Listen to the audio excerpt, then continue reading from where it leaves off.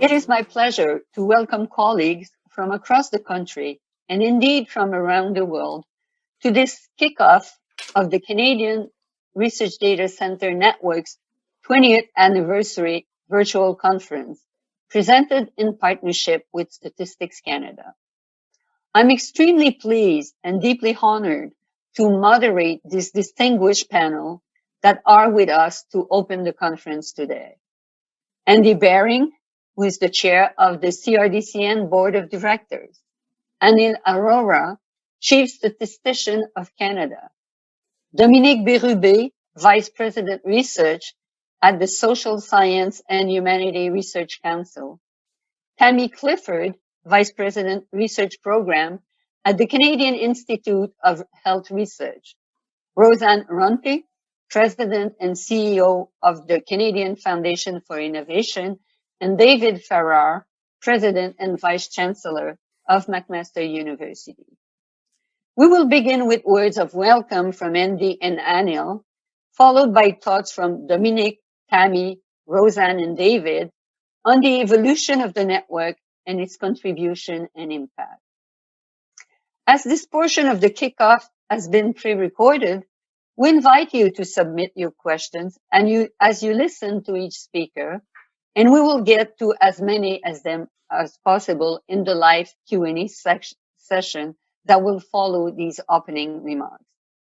But before I invite Andy to take the center stage, allow me to say a few words about the evolution of the network from my own personal vantage point. J'ai eu le très grand privilège d'être associé de très près à la formidable aventure des centres de données de recherche dès ses tout débuts. En fait, non seulement à partir du moment de sa naissance, soit lors de l'ouverture du premier CDR à l'Université McMaster en 2000, mais à partir du moment même de sa conception, survenue en décembre 98. Je suis une sociologue de la famille, alors vous ne serez guère surpris si je parle du réseau des CDR en termes de conception et de naissance. Ni non plus si je vous avoue que je considère plus ou moins ce réseau comme un de mes enfants. Un bébé que j'ai vu naître et grandir, prendre son envol et qui poursuit un incroyable développement.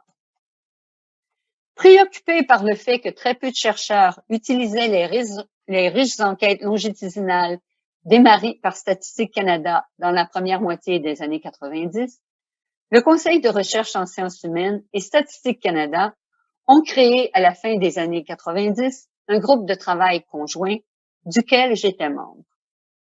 Un des mandats de ce groupe était d'identifier les barrières à l'utilisation de ces données et de proposer des avenues de solutions, le tout dans le respect des normes de confidentialité prescrites par la loi statistique. Bref, ce n'était pas une mince tâche. En décembre 98, le groupe de travail accouchait d'un volumineux rapport assorti d'un ensemble de recommandations. L'une de ses principales recommandations proposait la création de centres de données de recherche en milieu universitaire à travers le pays. Moins d'un an plus tard, tout juste après que les résultats du premier concours de la Fondation canadienne pour l'innovation avaient été annoncés et qu'on avait réalisé qu'aucun regroupement en sciences sociales n'avait reçu de financement, les divers acteurs des milieux universitaires et subventionnaires ont convenu que la création de réseaux de CDR constituait un projet idéal à soumettre à la FCI. À la fin de l'été 99, la FCI a invité un consortium d'universités à déposer une demande de subvention pour la création d'un nombre restreint de CDR. À l'automne 99, avec mon collègue Paul Bernard de l'Université de Montréal, malheureusement aujourd'hui décédé, je co-signais une lettre d'intention pour ce projet. En janvier 2000, en collaboration avec Statistiques Canada, nous déposions une importante demande de fonds et moins de 6 mois plus tard, dès juin, la FCI nous annonçait l'octroi de plus de 5 millions de dollars. C'était le départ d'une belle aventure qui se poursuit toujours 20 ans plus tard. Tout au long de ces années, je suis restée étroitement impliquée dans le réseau des CDR. Pendant de nombreuses années, j'ai dirigé le Centre interuniversitaire québécois de statistiques sociales, qui regroupe 5 CDR répartis à travers la province, et j'ai aussi dirigé le CDR que j'ai contribué à créer à l'Université McGill. Le réseau canadien des CDR n'a cessé de s'agrandir au fil des ans.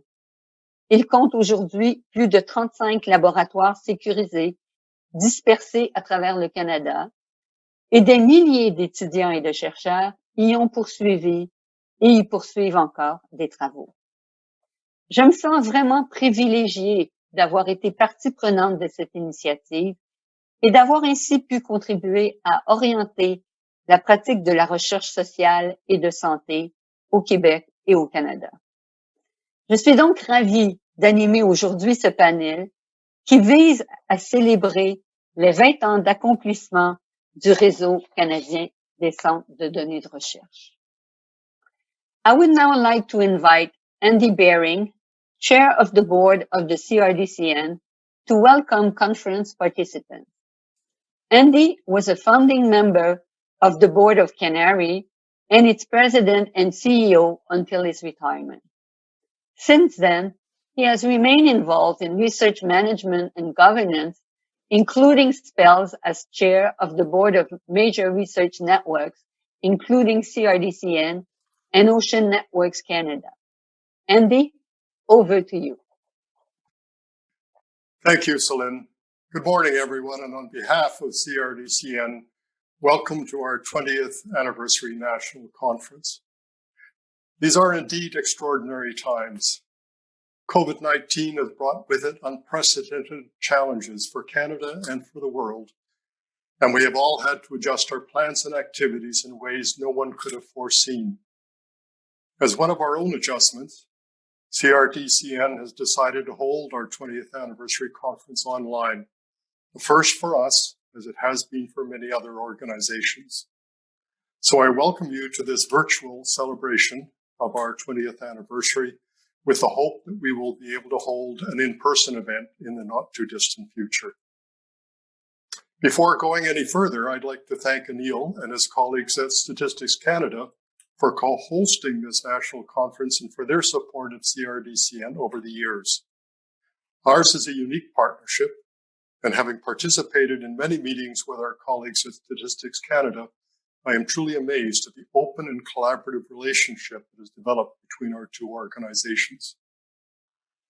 For those who are new to CRDCN at our national conference, we've often been characterized as an enabler, a facilitating organization working within Canada's broader research ecosystem. But it's surprising how complex that role has become over the past 20 years. At one level, CRDCN is a network in the sense of being a web of collaborating organizations, building on our partnership with Statistics Canada, but also including our host institution, McMaster University, our 32 partner institutions across the country, and the many end-user departments at the federal and provincial levels who collaborate with researchers in addressing their policy goals. One important role of CRDCN then is to facilitate and help to manage this complex set of relationships. Of course, we're also a network in the physical sense of constituting a set of RDCs, the data they provide access to, and the backbone that links them together. Recently, those physical arrangements have started down a path of rapid change, partly as a result of Statistics Canada's modernization initiative, including the objective of providing remote access to more of their data resources than has been possible to date, and partly as a result of CRDCN's own project developing a new virtual environment for the RDCs that includes providing access to advanced computing resources hosted by Compute Canada. Both organizations are committed to working hand in glove as our respective plans for this physical RDC network take shape.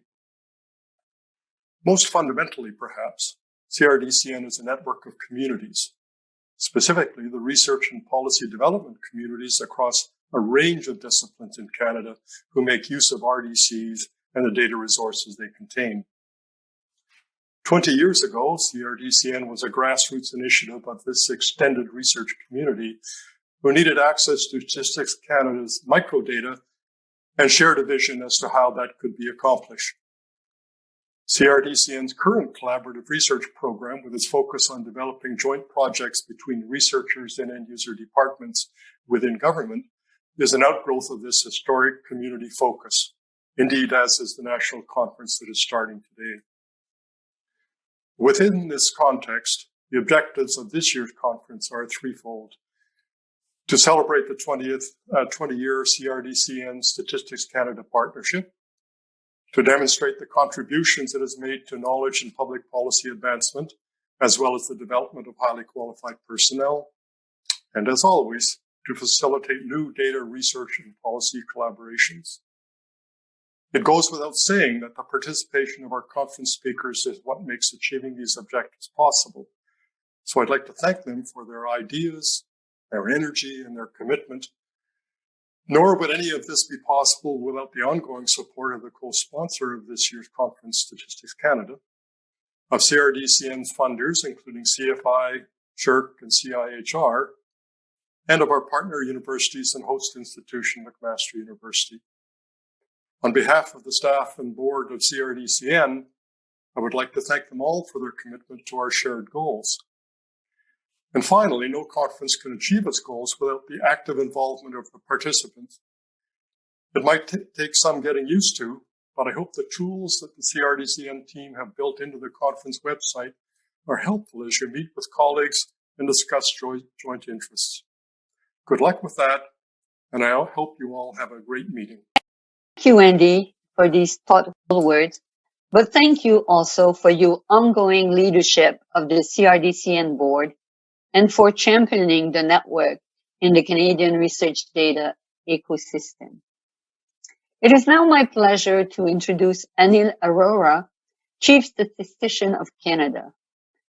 Anil has led significant transformational initiatives throughout his career, with experience and partnership spanning all three levels of government, the private sector, and the international organization, including the UN and the OECD.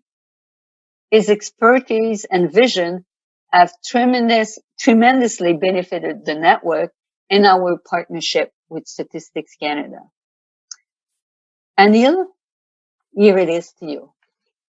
Thank you very much, Celine, for the very generous introduction. Hello, everyone, and thank you for joining us today. It's a real pleasure to join you today to mark the 20th anniversary as a key partner, helping Canadians gain better insights on the changing social, economic, and health situation in our country. Je tiens à féliciter les équipes d'Andy Bering et de Martin Taylor d'avoir su s'adapter à la réalité de la pandémie actuelle et d'avoir organisé une série de webinaires pour le mois d'octobre. Dans le contexte de thème d'aujourd'hui, promesses remplies et potentiel futur, je soulignerai le chemin que nous avons parcouru depuis la création de RCCDR et ce que l'avenir réserve à Statistics Canada dans le cadre de cet important partenariat. Commençons avec notre passé, où nous en étions. Certains d'entre vous savent peut-être que j'ai eu un lien personnel avec les centres de données de recherche. Dans les années 90, j'étais directeur adjoint à la division de la diffusion de Statistics Canada, le groupe responsable de la création des premiers centres de données de recherche au Canada. Initially, 9 centers were set up to provide easy access to Statistics Canada's detailed data by this country's most talented researchers without compromising the privacy and confidentiality of Canadians' precious information. At the time of their creation, some of you might recall the words of Byron Spencer and Raymond Curry, who noted that the creation of the RDCs was a quantum leap forward in research. Malgré ce grand bond en avant, la vie dans la CDR était bien différente il y a 20 ans par rapport à aujourd'hui. In the beginning of our work with the CRDCN, only 5 longitudinal data sets were available to researchers.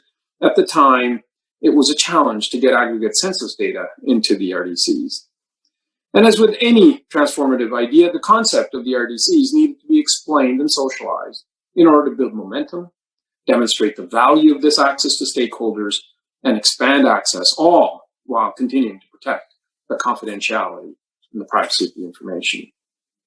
Since its inception in 2000, the network has grown rapidly, providing the research community with access to the data they need to address this country's vital research questions and public policy issues.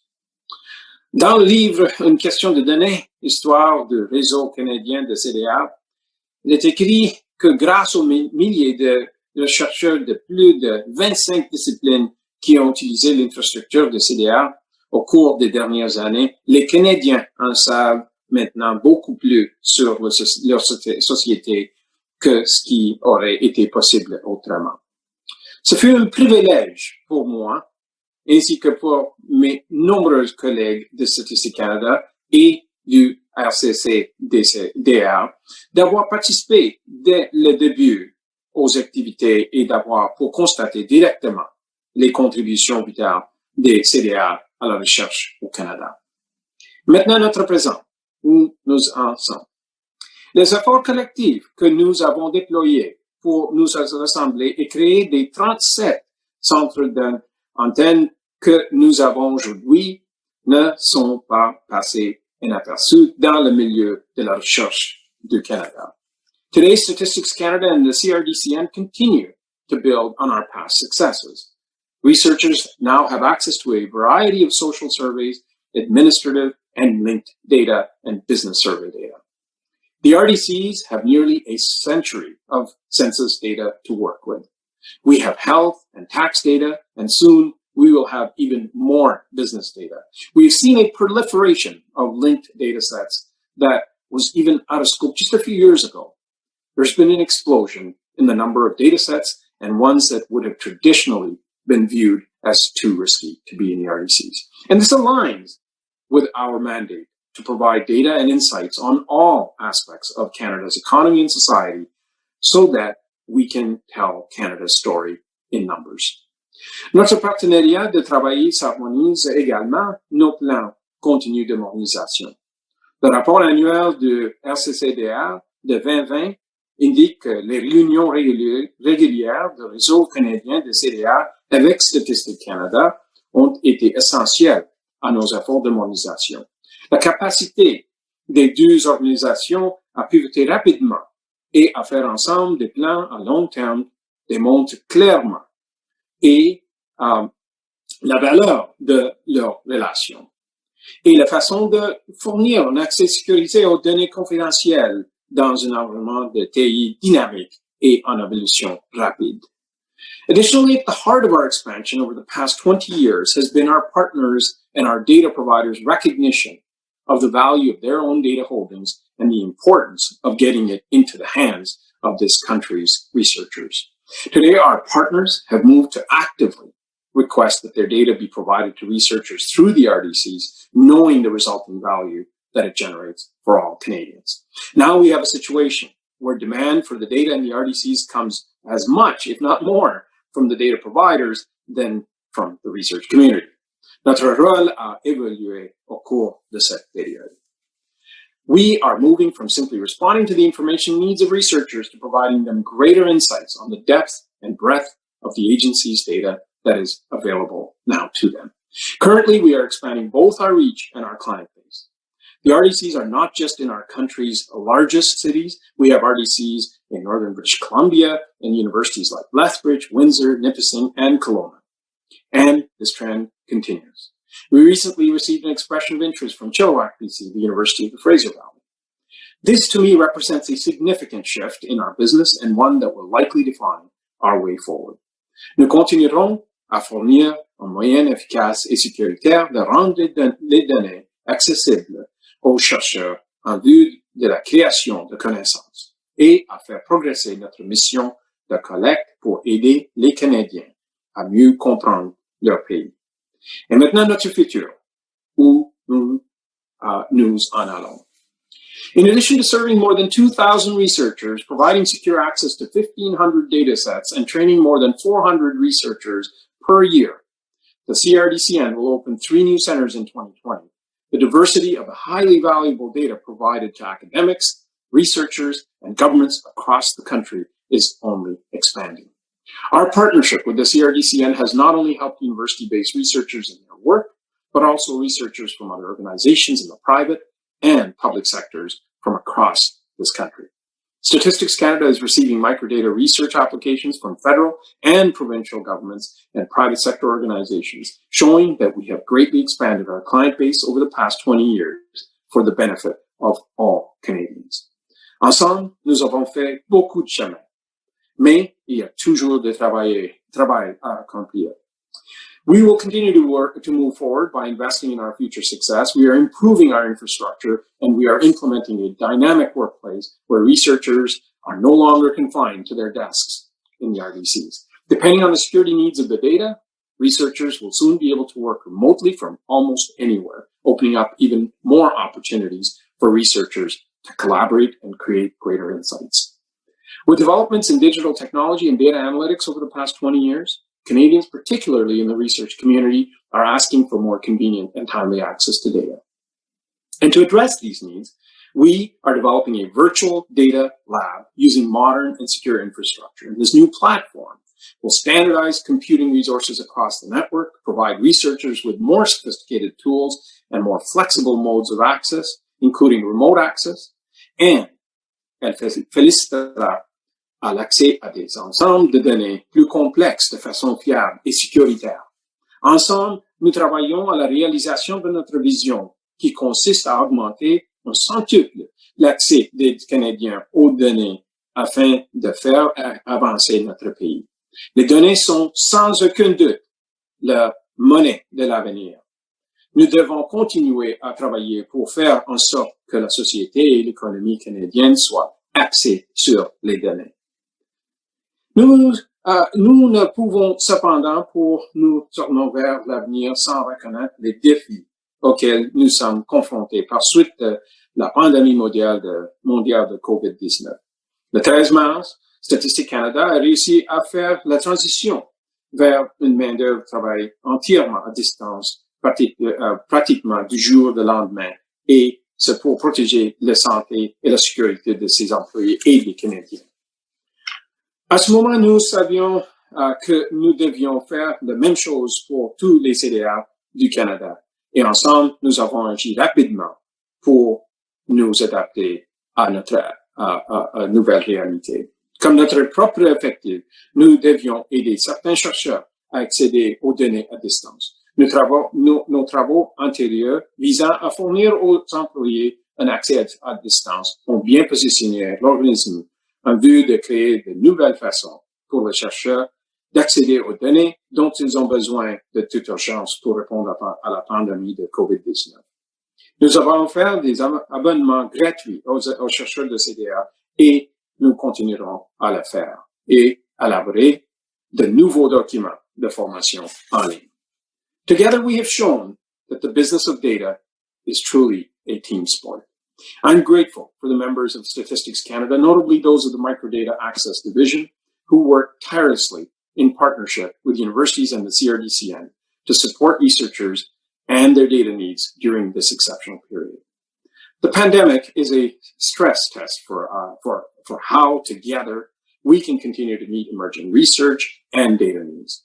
Our work to support the information needs during the pandemic as we emerge from it could be a model for our future. I am committed to taking these lessons learned with us. We will, without a doubt, come out stronger. Thank you again for making this special occasion with us. Au nom de Statistics Canada, nous sommes fiers de faire partie de ce partenariat essentiel pour le Canada et nous nous réjouissons à la perspective de travailler ensemble pendant encore de nombreuses années. Merci beaucoup. Merci beaucoup, Anil, pour ces propos inspirants qui augurent bien pour l'avenir. Thank you also for your steadfast support for the CRDCN and RDC program. The network truly values its partnership with Statistics Canada and looks forward to all we will accomplish together in the years to come. Thank you all. Il me fait grand plaisir d'inviter Dominique Bérubé, vice-présidente recherche du Conseil de recherche en sciences humaines, à vous adresser la parole. Madame Bérubé est chargée d'élaborer la vision à long terme et les orientations des principaux programmes de financement de la recherche du CRSH, et elle supervise en outre l'orientation stratégique et la prestation de programmes et des politiques des 3 organismes subventionnaires, de concert avec les autres organismes fédéraux qui financent la recherche. Le CRSH est un bailleur de fonds important pour le réseau depuis ses origines en 2000. Madame Bérubé, à vous la parole. So thank you so much for that opportunity to be with you for that 20th anniversary, and thank you so much also Professor Le Bourdet for that introduction.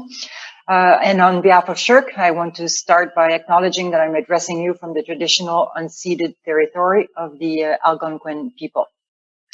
So obviously, as was just mentioned, SSHRC has had a long-standing collaboration with the what is called now the CRDCN, and my reflections are just are sort of a comeback of what our collaboration jointly accomplished. And of course, when I say our collaboration, I mean, of course, the CRDCN and the partner institutions, but of course also with Statistics Canada and the support of the CIHR, SSHRC, and now from the CFI. It's a very long-standing relationship, and it totally is an example of our strategic objective in our strategic plan to focus on collaborative initiatives between funders and other stakeholders.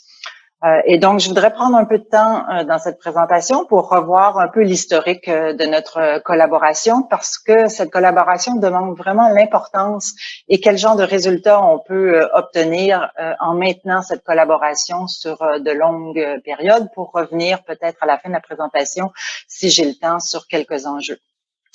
So everything started in 2000, as was mentioned. It was really the question of there was a nationwide consultation on the state of social statistic data in Canada that found that access to detailed Canadian statistical data was difficult and expensive, that some available data was underutilized. And why? Because of lack of awareness of the data, lack of training, lack of resources to access.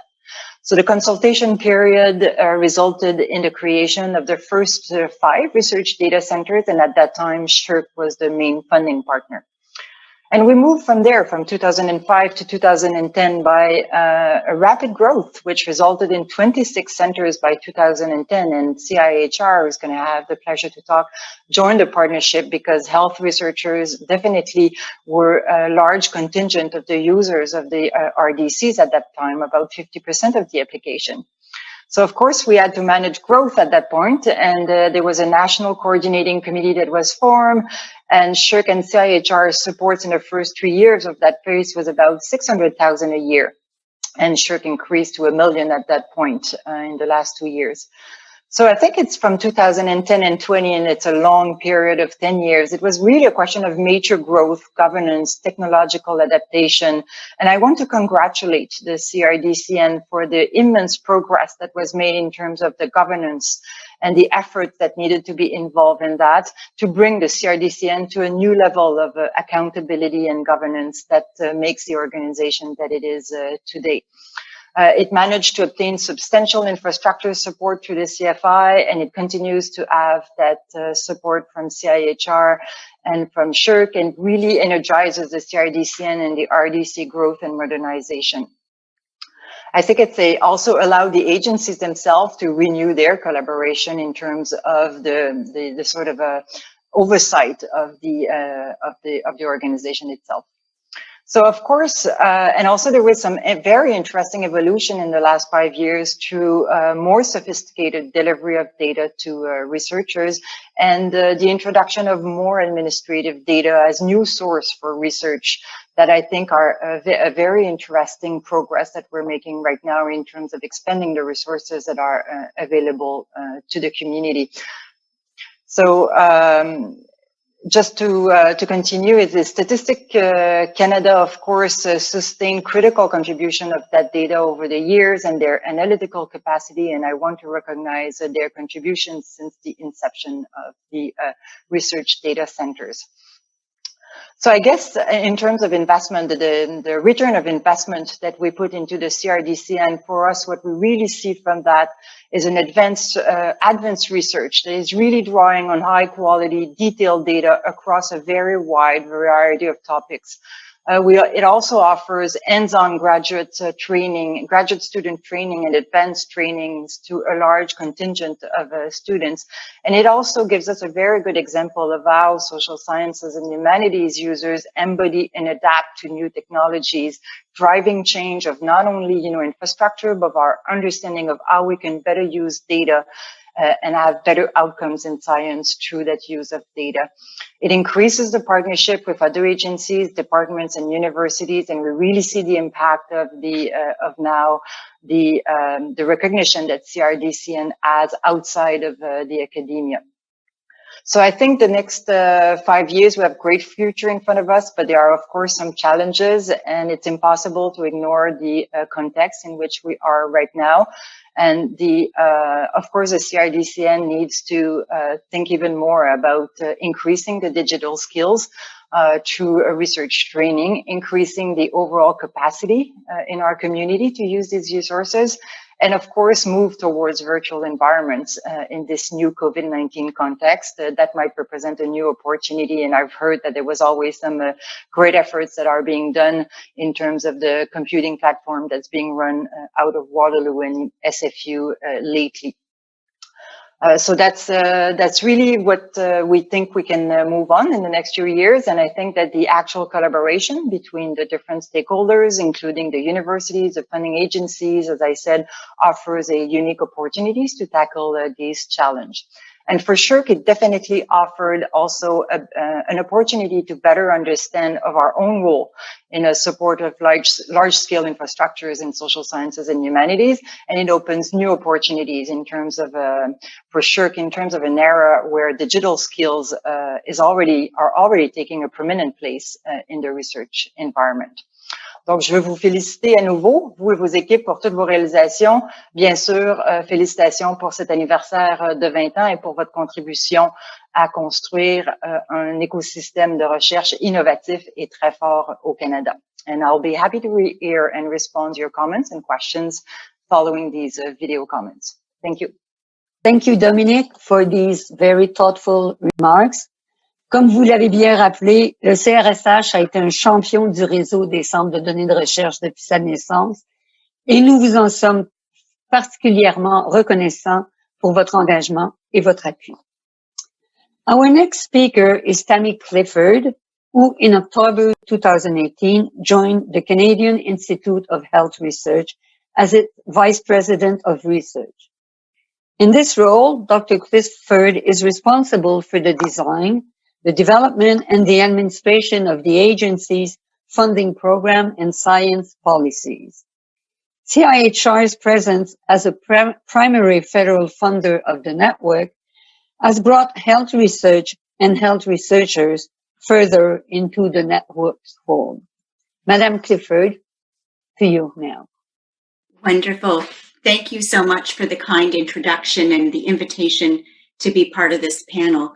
It's a real pleasure to be here today with colleagues from the Canada Foundation for Innovation, the Social Sciences and Humanities Research Council, McMaster University, Statistics Canada, and of course, the Canadian Research Data Centre Network. The CRDCN is a strategic initiative of both CIHR and SSHRC aimed at supporting important research across the fields of health and the social sciences and humanities.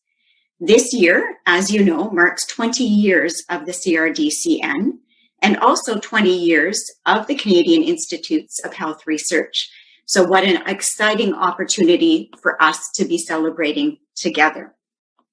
CIHR has been partnering with SSHRC to support the CRDCN since 2005.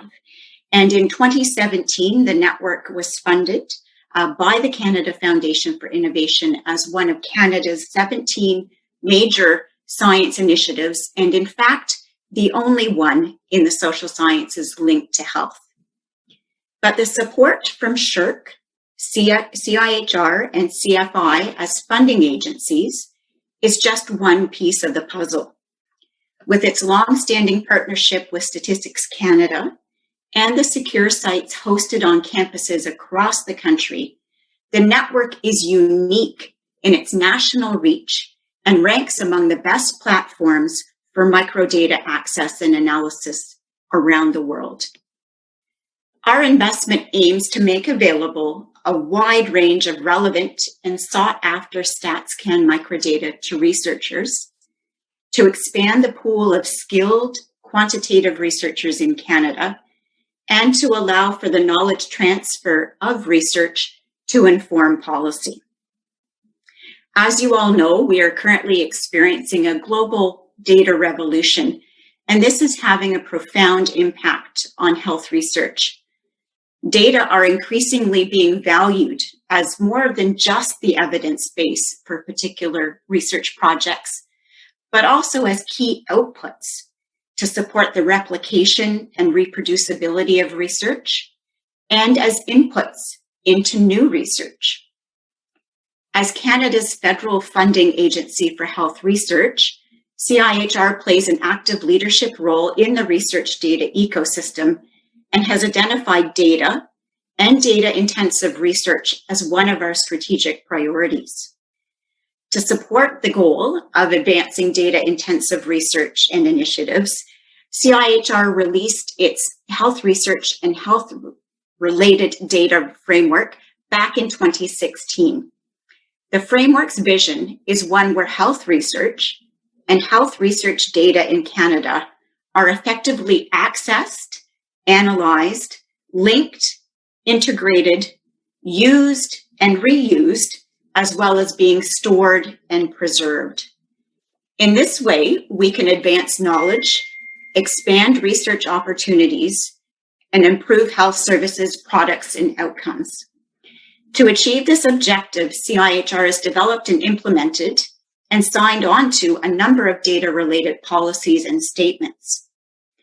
One example that's particularly germane to the present moment is that CIHR is one of over 150 signatories to an international joint statement on the rapid sharing of research data and findings relevant to the novel coronavirus outbreak. This statement lays out principles to ensure that research findings and data stemming from CIHR funding are shared rapidly and openly to inform the public health response to the COVID-19 pandemic.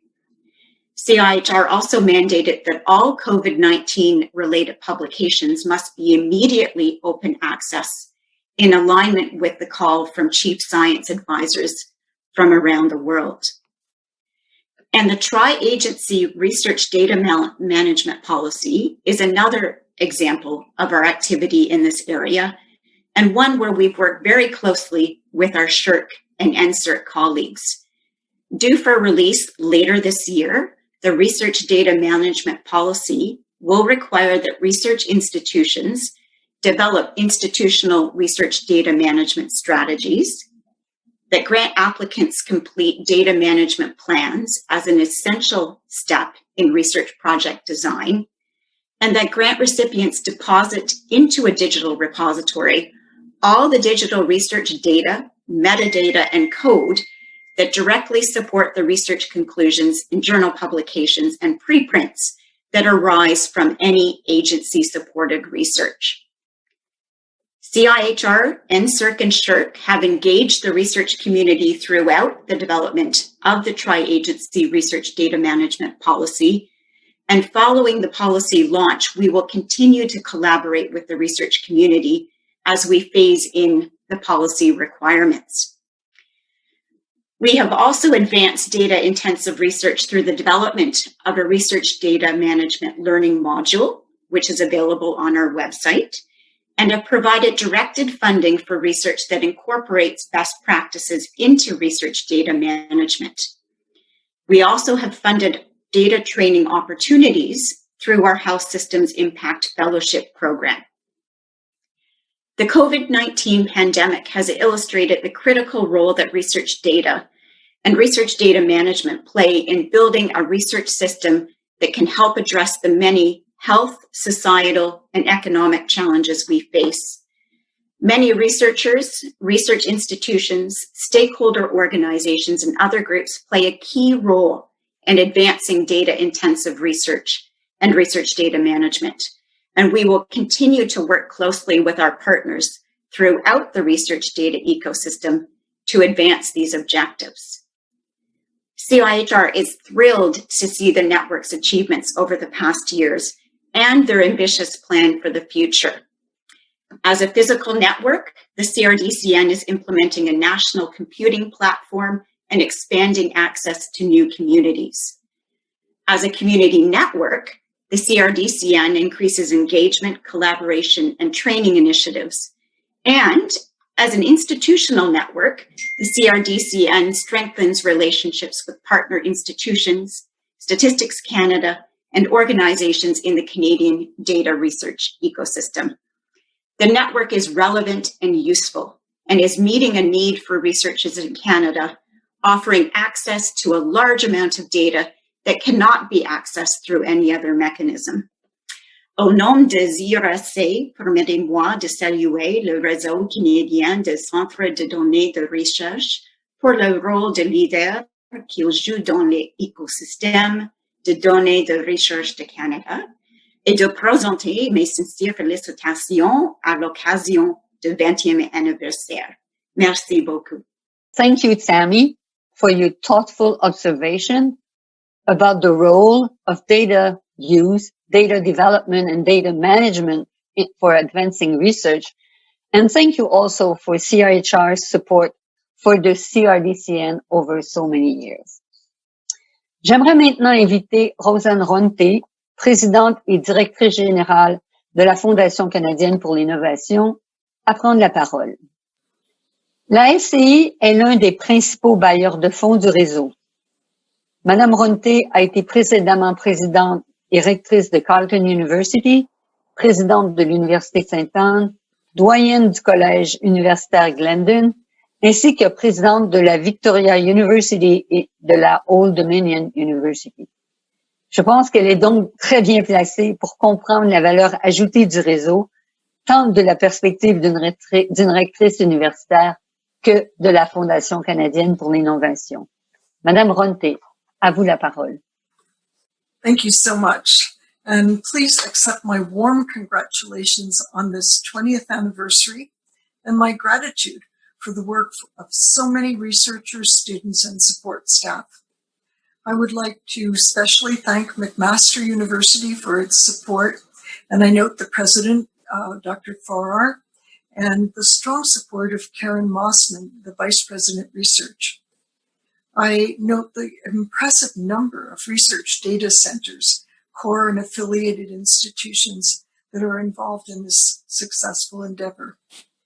It is important to state that the CRDCN is supported by the Social Science and Humanities Research Council of the Canadian Institutes for Health Research, StatsCan, the 30 member universities, including most notably McMaster, the provinces of New Brunswick and Quebec, and a number of corporations and not-for-profit agencies. It also enjoys fine leadership, and I particularly note the work of Dr. Taylor, Dr. Spencer, and Dr. Veal, and all the members of their team, as well as Dr. Bering, chair of the board. The CRDCN also collaborates with Canary, Compute Canada, and really is a leader in establishing good partnerships across the country. At the Canada Foundation for Innovation, we're very pleased to contribute to the fine work being done. As one of the major science initiatives, the CRDCN receives funding, and our principal objective with regard to this fund is to secure and strengthen the state-of-the-art national research facilities that enable Canadian researchers to undertake world-class research and technology development that lead to social, health, economic, or environmental benefits to Canadians. The CRDCN has also been a recipient of funding from the CFI Innovation Fund, and we have most recently contributed to the implementation of an integrated high-performance computing platform. In a world where we are surrounded by data, but ironically do not always have access to the specific data we need for our research, organizations like the CRDCN perform a most useful function, and one that continues to expand as more linkages are established almost every day. Dans un univers où nous prenons l'accès universel aux données, mais où les règlements institutionnels, interprovinciaux et internationaux combinés aux différences techniques entre les systèmes et les façons de classifier les données rendent cet accès difficile, nous admirons le savoir-faire et la patience de nos collègues. Dans un monde où il est difficile de trouver le financement pour les projets, même les plus extraordinaires, il faut offrir un chapeau à l'équipe CRDCN qui est inlassable et très efficace dans sa recherche d'appui. Dans un monde qui souffre toujours de la pandémie, nous apprécions plus que jamais la connectivité, la possibilité d'accéder aux statistiques et aux données sans entreprendre de longs voyages. Alors, je vous prie de bien vouloir vous joindre à moi en reconnaissant le succès du CRDCN et en applaudissant le dévouement et la vision de nos collègues. Merci.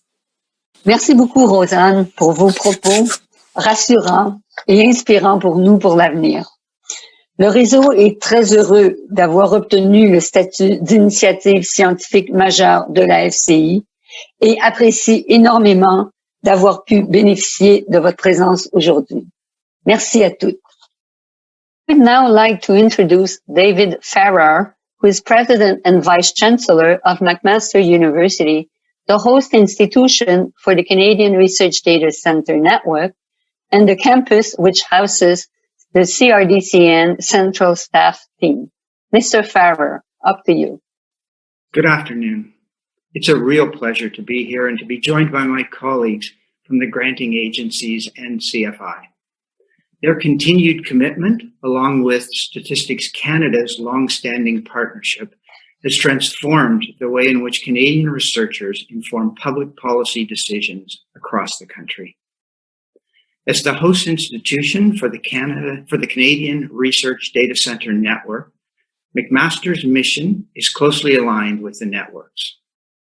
We share a singular focus on leveraging data and rigorous research for societal impact, and we recognize the significant advantages of collaboration.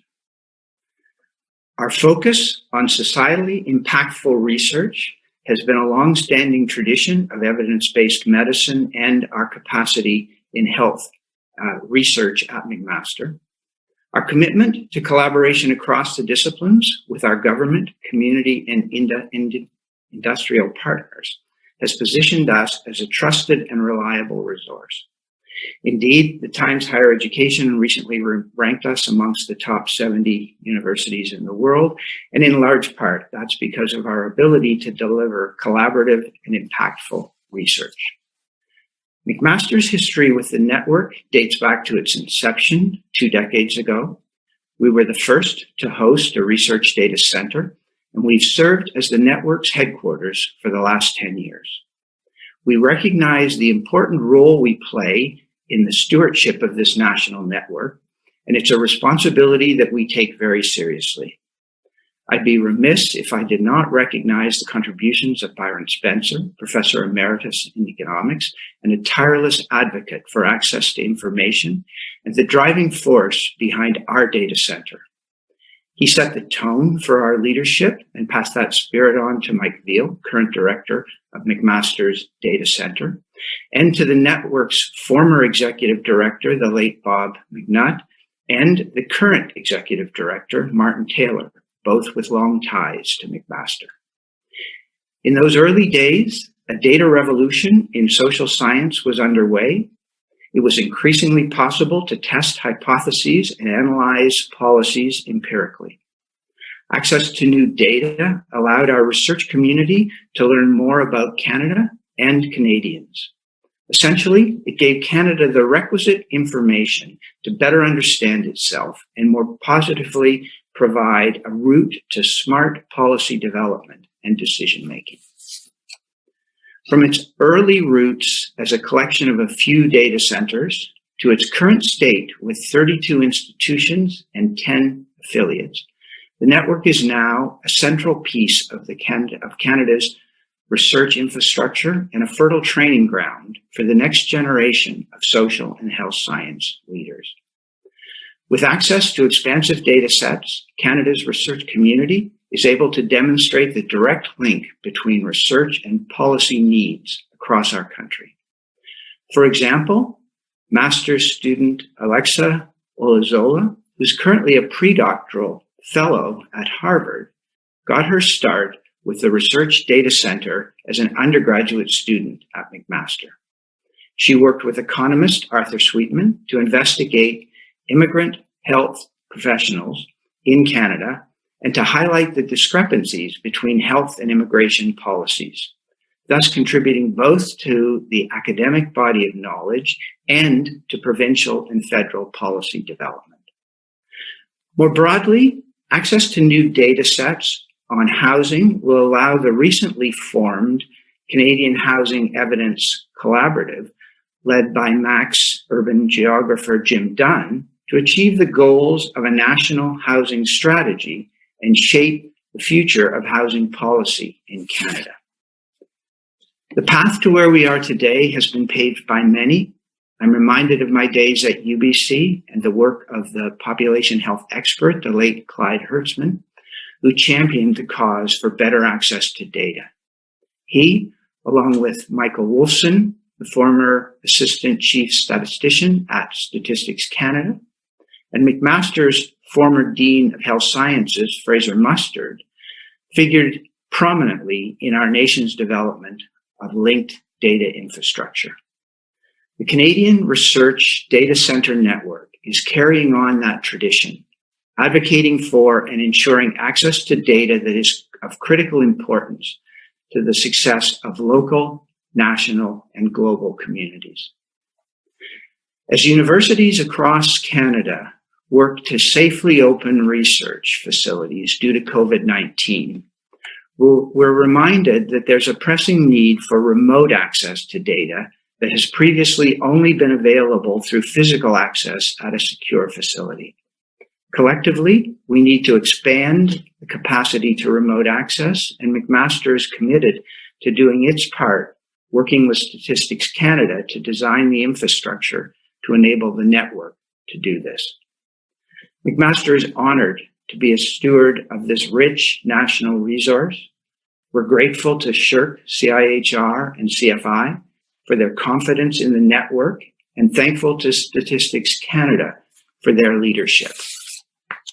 Together, we will ensure that the data results from Canada's universities are driving change, accurately informing policy decisions, and ultimately having a positive impact on Canadians.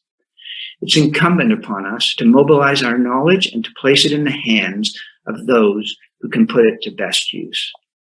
At McMaster, we're committed to advancing human and societal health and well-being. Our work with the Canadian Research Data Center Network is enhancing our ability to do just that. Thank you. Thank you, David, for these thoughtful observations. And thanks to your institution for playing a leadership role among the 32 university partners to ensure the success of the CRDCN. This concludes the pre-recorded portion of our conference kickoff session. We invite you to please stand by as we transition to the live Q&A session with our panelists. If you have yet to do so, please submit your questions. The live Q&A is now starting.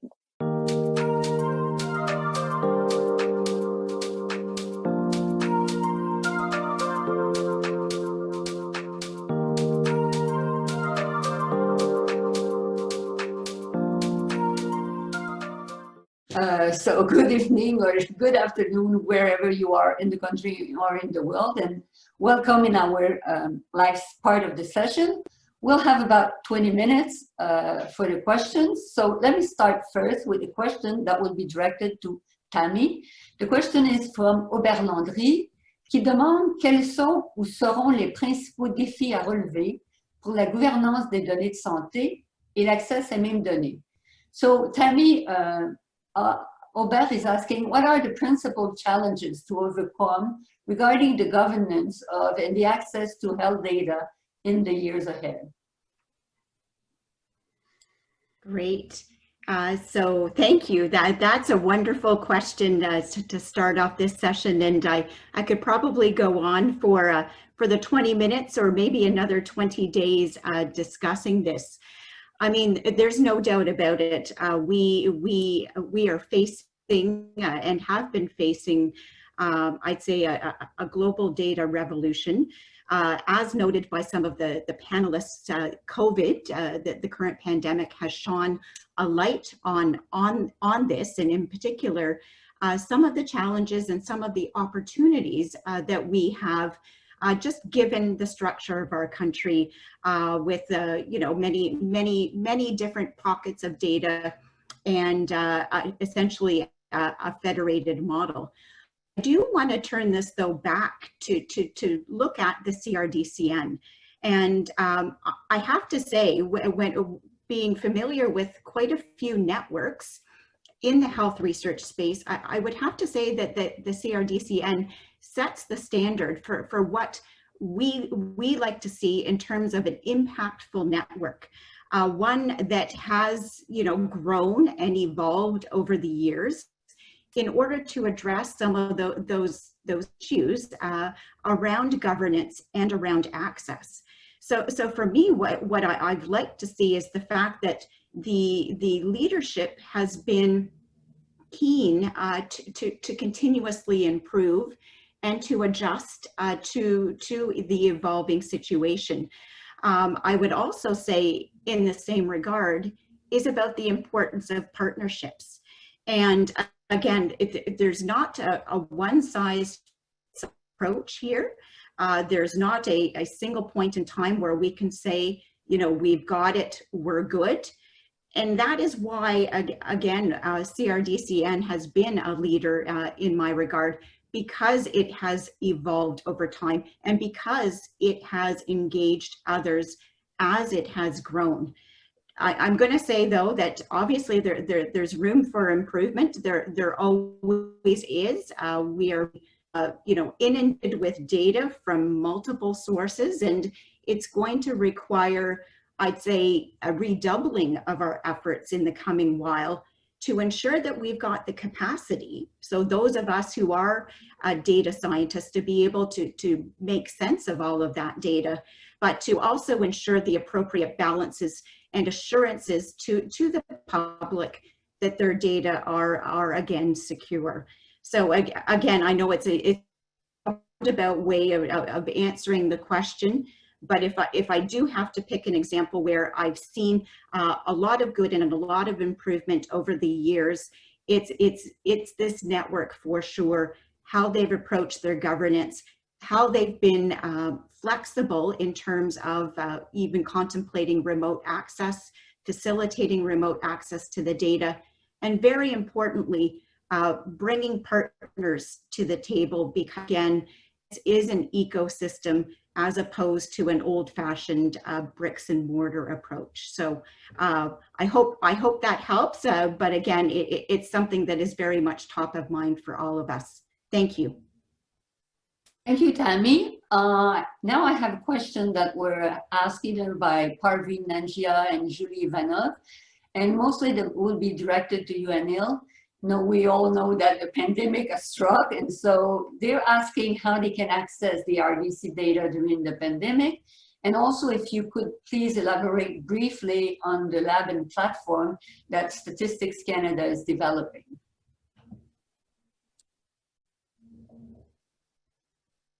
There we go. Certainly, thank you very much for that question. First of all, I think you're aware that 32 of the research data centers are open and operational. So certainly I think I would encourage in those cities where they are open to continue to access the data that are there, even during this period. I think this, you'll recognize that this has been one of our priorities, is to make sure that that data are and continue to be accessible. Of course, you can make requests through our online microdata access portal. That's also another avenue by which I would suggest continue to make those requests, and we will do what we can under the current circumstances to help.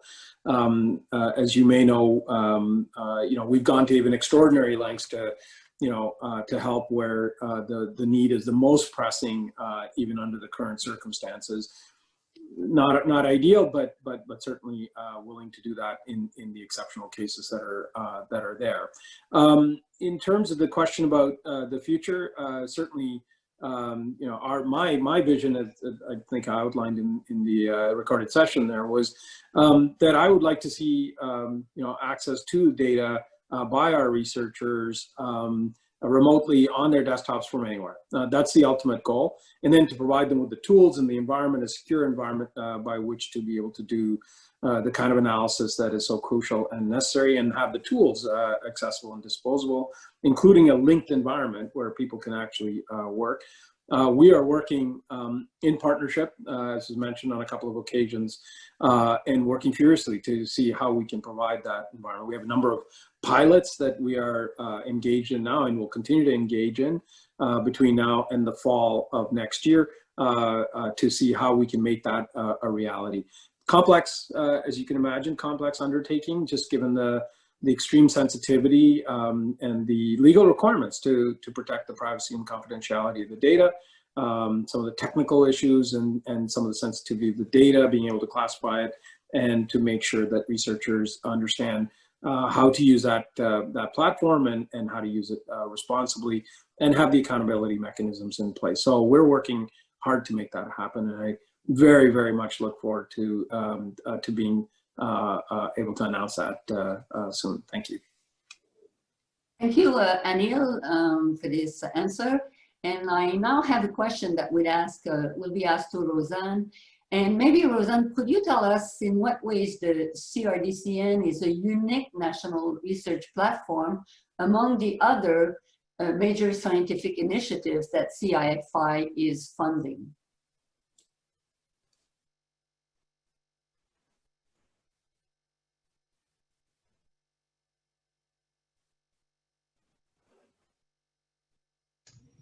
So the question is, how is the CRDCN different from the other 17 major science initiatives? And okay, can you hear me? Okay. We can, Roseanne, go ahead. Okay, now you can hear me?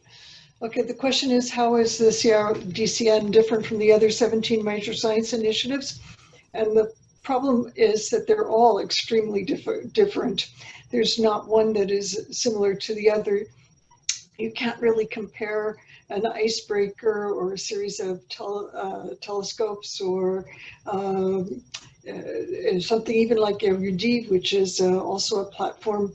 They all have different purposes, and one of the qualities of major science initiatives is that they have to be unique, they have to be pan-Canadian, and they have to serve the interests of Canada. So if this were similar to the others, it would no longer be unique. So the fact that it is not like the others, that's very good. Many of the others also have researchers across the country working at them. Many of them have researchers from around the world checking in and working as well. Probably this one is more virtual than the others in the sense that all the data is accessed at a distance. And I could say that you're 20 years old, today is your birthday, and we get to celebrate all the wonderful work everybody did, and that's unique. Thank you, Roseanne. Maybe I will go now to Dominique. And Dominique, asking you perhaps, what is the role and the importance of the CRDCN in training the next generation of, the highly qualified personnel in Canada. Merci beaucoup, Céline, pour l'opportunité. I'm going to take also the opportunity to sort of give a segue to what Rosanne was saying about the uniqueness, because it does ties to the training of skilled personnel, because there are not a lot of social sciences and humanities infrastructure that we support across Canada, and just in that it makes it quite unique with CFI.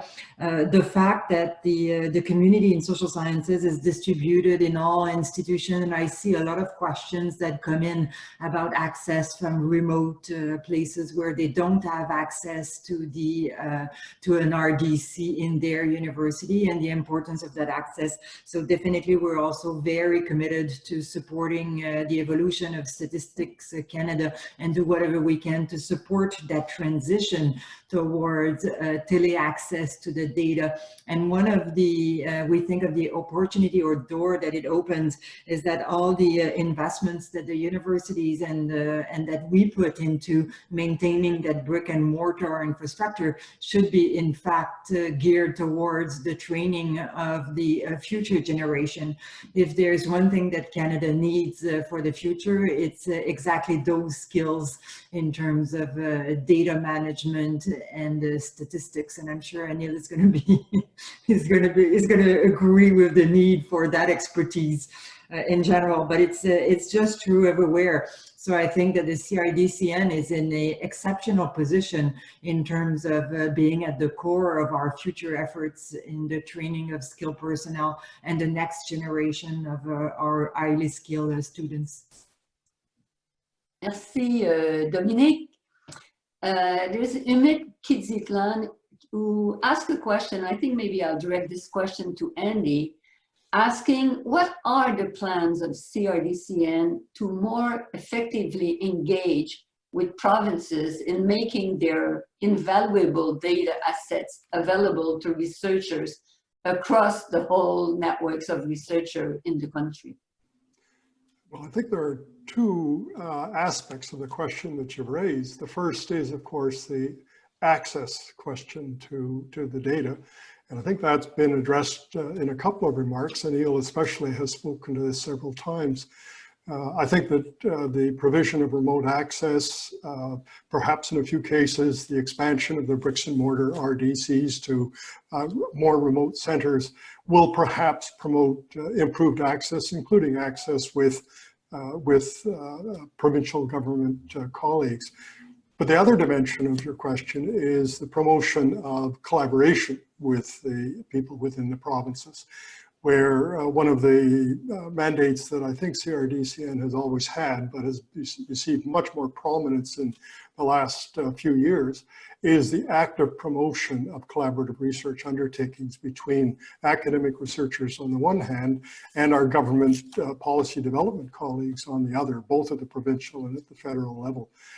We do have programs to explore possible collaborations in this area, and we are appointing to our board fairly recently a representative of a provincial government. We've had one since for the last 4 years, as a bit of a window on the thinking and the concerns of provincial policy development people and the ways in which they can collaborate with the research community across the country. So I think we've got both the access question to the data, but also the development of collaborative arrangements in order to promote effective policy development at the provincial level. Thank you, Andy. And David now. How do you see McMaster role as the host institution for the CRDCN National Network of Partner University? How do you see your role as, you know, collaborating with the other university in the future?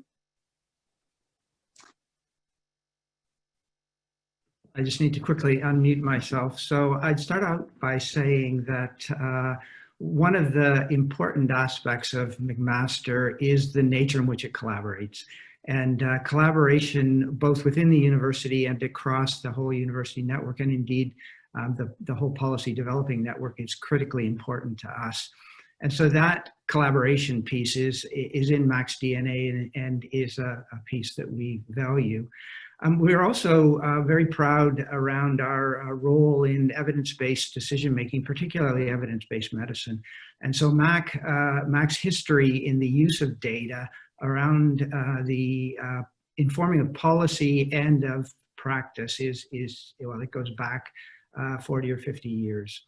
So for those two reasons, I see MAC hugely involved in participating in the network. I look forward to the time when there is no home for the data. It's virtual. It lives in the cloud, and Anil takes it away from one university as the lead of the network to giving everybody in Canada who wants access to it. Thank you, and I must testify that's true. You have been very good in collaborating and helping others. So maybe now I'll have a question to Tammy. Maybe I'll ask for a short answer. How does CIHR ensure open access to COVID research, and what can we learn with regard to open access in other research domains?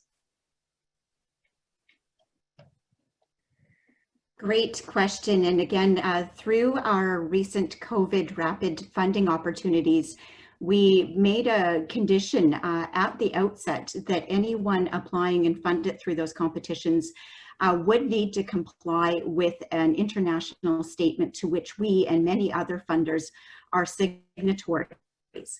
And again, because we provide grants as opposed to contracts, we have limited abilities to actually enforce, if you will. But given the groundswell of support from the community, and certainly the appetite of decision makers in Canada for evidence to support their decisions, we have seen a tremendous uptick in enthusiasm for funded teams to share their results. Indeed, we have been organizing what we call virtual investigator meetings over the course of the pandemic, where research teams are able to not only get together amongst themselves, but have a table with government decision makers and actively share in almost real time those data. We do understand that there is a need to share those data publicly, obviously so that they can go through peer review and the scrutiny of others. But there is a widespread recognition that publications are not the only way of assessing impact of research. So again, it's been a bit of a culture change, but we have seen with the pandemic a very rapid uptake in terms of an appetite for sharing data quickly. Thanks so much for the question. Thank you. Thank you, Tammy. Maybe I'll have a last question here that will be for Anil, and maybe we'll take you out a little bit out of the CRDCN network. And there was a question asking, what is Statistics Canada doing to help developing countries during COVID to continue collecting quality data to combat the global pandemic? Indeed, a little bit outside of the domain of this. There are a number of things that we do and are doing. First of all, we have a fairly substantive project, a multi-year project with the Caribbean countries, CARICOM countries, in helping make sure that they have the capacity to be able to continue to provide good quality data.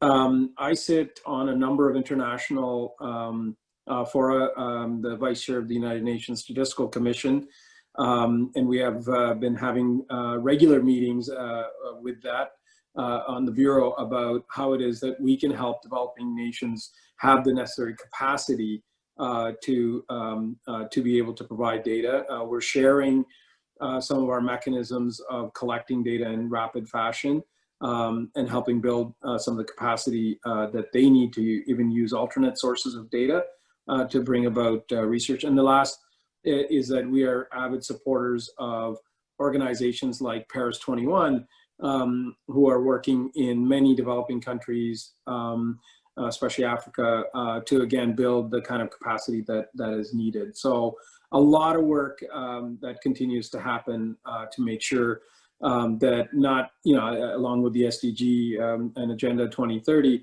that not only is no one left behind, but no statistical agency is left behind in their ability to provide good evidence and insights during this time. Thank you very much, Anil. And it's already time for me to close this session, to thank all the participants who stayed with us today, our panelists who were grateful to come and stay with us for this opening session that is starting a 3-week series of panels that will go on different topics to celebrate our 20th anniversary. And so tune in next week, Monday, 1 o'clock, and there will be spotlight on income and employment. So hopefully we will see you all next week. Thanks a lot for participating to this kickout session. Thank you.